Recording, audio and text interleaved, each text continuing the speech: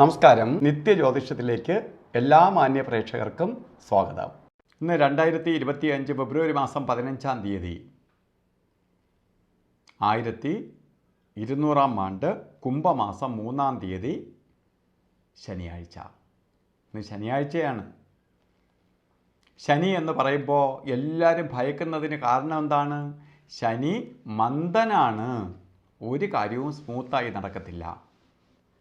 എല്ലാ കാര്യങ്ങൾക്കും തടസ്സം നേരിടും. പലതരത്തിലുള്ള വിഷമാവസ്ഥകളുണ്ടാവും. ഇപ്പോൾ കാര്യങ്ങളെ തടസ്സപ്പെടുത്തും, മന്ദതയുണ്ടാക്കും, കഷ്ടത വരുത്തും, സാമ്പത്തിക നഷ്ടം വരുത്തും. ഇങ്ങനെയുള്ള പലതരത്തിലുള്ള ബുദ്ധിമുട്ടുള്ളതുകൊണ്ടാണ്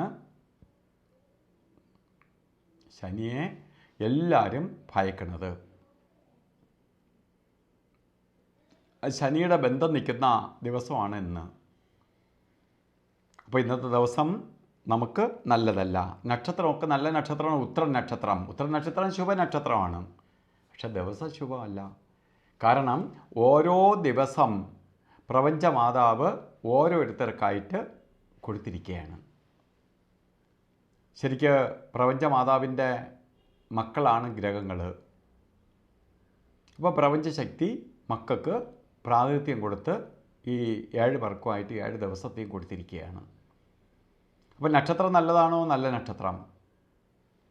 അപ്പോൾ ഇന്ന് ബർത്ത്ഡേ വന്നിട്ടുള്ളവർക്ക്, അതായത് കുംഭമാസത്തിലെ ഉത്തര നക്ഷത്രം ബർത്ത്ഡേ ആയിട്ട് വന്നിട്ടുള്ളവർക്ക് ഒരു വർഷത്തെ ഫലത്തെയാണ് നമുക്ക് ചിന്തിക്കേണ്ടത്.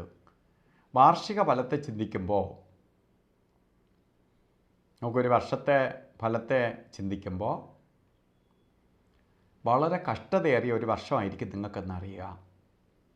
സാമ്പത്തിക നഷ്ടം, ശാരീരിക പ്രശ്നങ്ങൾ, മാനസിക അസ്വസ്ഥത, കാര്യതടസ്സം, ബന്ധുജന വിയോഗം, പ്രശ്നങ്ങൾ, കേസോ വഴക്കോ പ്രശ്നങ്ങൾ ഒക്കെ വരുന്ന ഒരു വർഷമാണ്. അപ്പോൾ എന്ത് ചെയ്യണം? നമുക്കിതിലൊന്നും പെടാതെ, നമ്മൾ എന്തിനാണ് ഇത് മുന്നേ കൂട്ടി മനസ്സിലാക്കി തരണ ആചാര്യന്മാർ? നമ്മൾ സഞ്ചരിക്കുന്ന വഴിയിൽ ഇതൊക്കെ ഉണ്ട് ഈ ഒരു വർഷത്തിനകത്ത്. അപ്പോൾ ഈ 1 കിലോമീറ്ററിനകത്ത് കുറേ തടസ്സങ്ങൾ, കുറേ കട്ടർ റോഡും ട്രാഫിക്കും ഒക്കെ ഉണ്ടെങ്കിൽ നമ്മൾ അത്രയും ദൂരം സൂക്ഷിച്ച് പോകണം. അതിനു വേണ്ടി നമുക്ക് മുന്നറിയിപ്പ് തരുന്നതാണ്. അപ്പോൾ ശ്രദ്ധയോടൊപ്പം ശനി പൂജ ചെയ്യണം, ശാസ്താവിന് നീരാഞ്ജനം കത്തിക്കണം. അതേപോലെ തന്നെ ശനി കവചം, ശനീശ്വര യന്ത്രം, സാമ്പത്തിക പുരോഗതി വരാനായിട്ട് ധനാകർഷണ യന്ത്രവുമായി ചേർത്ത് ദേഹരക്ഷ ധരിക്കണം. അതേപോലെ നമ്മൾ ഓരോ കാര്യത്തിന് ഇറങ്ങുമ്പോഴും ഇന്നത്തെ രാവുകാല സമയം നോക്കി വേണം നമ്മൾ യാത്ര തിരിക്കാൻ. 9:43 തൊട്ട് 11:11 വരെയാണ് രാഹു കാലഘട്ടം. 9 തൊട്ട് 10 വരെ നീട്ടിട്ടുണ്ട്. 9:43 തുടങ്ങി ശരിക്ക് 11:11 വരെ രാവുകാല സമയമുണ്ട്. രാവുകാല സമയം ഒരു ശുഭകാര്യങ്ങൾക്കും പ്രത്യേകിച്ച് യാത്രാദി കാര്യങ്ങൾക്ക് അനുകൂലപ്രദമല്ല. അതുപോലെ ഗുളികനും യമകണ്ഠനും ഒരു കാര്യത്തിനും കൊള്ളാത്ത 2 പേരാണ്. എന്നാൽ ദിവസമേ കൊള്ളത്തില്ല.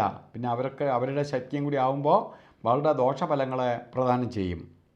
അപ്പോൾ ഗുളികൻ്റെ സമയം വരുന്നത് 8:48 തൊട്ട് ശരിക്ക് 6:48 തൊട്ട് 8:15 വരെ ഗുളികനും, യമകണ്ഠ കാല സമയം 2:06 തൊട്ട് 3:34 വരെ യമകണ്ഠ കാല സമയവും. ഈ സമയം ഒരു ശുഭകാര്യങ്ങൾക്ക് നല്ലതല്ല. ഇന്നും നമുക്ക് ചില കാര്യങ്ങൾ ചെയ്തേ തീരുള്ളൂ ശനിയാഴ്ചയെങ്കിലും. അങ്ങനെ ഒരു സാഹചര്യം ഉണ്ടെങ്കിൽ അഭിജിത്ത് മുഹൂർത്തത്തെ ആശ്രയിക്കണം. അഭിജിത്ത് മുഹൂർത്തം പറഞ്ഞത് 12:15 തൊട്ട് തുടങ്ങും. 48 മിനിറ്റ് നേരം, അതായത് 1:03 വരെ അഭിജിത്ത് മുഹൂർത്തമുണ്ട്. ഈ സമയം ഒരു ദോഷം വരാത്ത സമയമാണ്. അതുപോലെ ഓരോ കാര്യത്തിന് ഇറങ്ങുമ്പോൾ നമുക്ക് വിജയം ഉണ്ടാവാൻ വേണ്ടിയും നമുക്ക് പലതരത്തിലുള്ള ഐശ്വര്യത്തെ കൊടുക്കാൻ വേണ്ടിയിട്ടും ശരിക്ക് വസ്ത്രധാരണത്തിന് പ്രാധാന്യം കൊടുക്കണം. വസ്ത്രധാരണത്തിന് പ്രാധാന്യം കൊടുക്കുമ്പോൾ എന്ത് ചെയ്യണം? കറുത്ത വസ്ത്രമോ നീല വസ്ത്രമോ ധരിക്കുന്നത് നന്നായിരിക്കും.